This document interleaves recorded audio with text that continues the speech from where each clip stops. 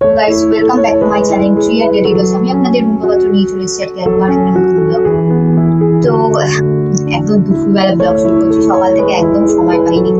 আজকে কি হয়েছিল, আমাদের গ্যাসটা খারাপ হয়ে গেছিল। অ্যাকচুয়ালি গ্যাসটা খারাপ হয়নি, গ্যাসের নবটা খারাপ হয়ে গেছিল, ভেঙে গেছিল। তার জন্য ওইটা সার্ভিসিং এর জন্য এসছে। রান্না বান্না সমস্ত কিছু দেরি হয়ে গেছে। মানে মেন জিনিসই যদি রান্নার কাজে যদি দেরি হয়ে যায়, তার মানে সব কাজেই দেরি হয়ে যায়। তো চলো আজকে দুপুরবেলা থেকে ব্লগ স্টার্ট করছি।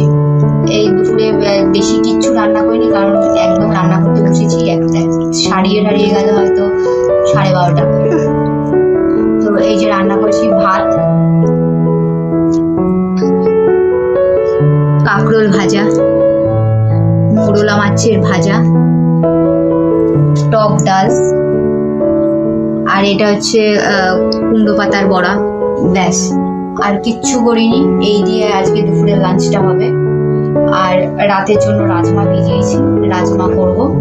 তো চলো লাঞ্চটা করে নিই। সকাল থেকে কিন্তু চাও কিনে খেয়েছি আজকে, তাও এত বাজে চা, আমাদেরই পারে এত বাজে চা।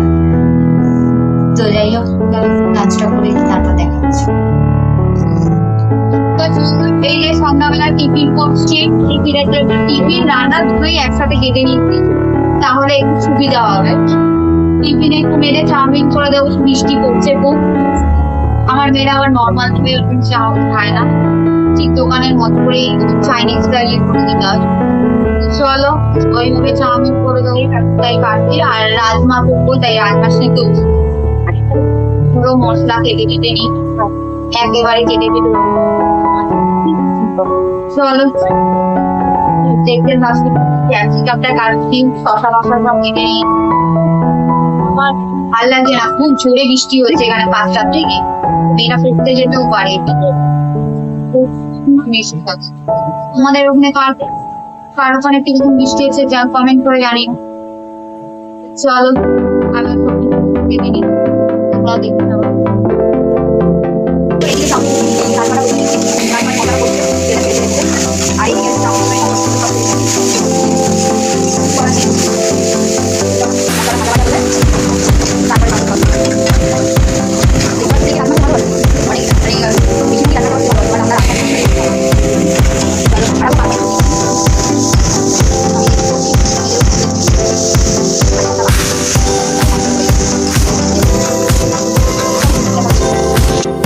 চলো ভাই, এই ব্লগটা এই পর্যন্তই এন্ড করছি, এখানেই এন্ড করছি এই পর্যন্ত।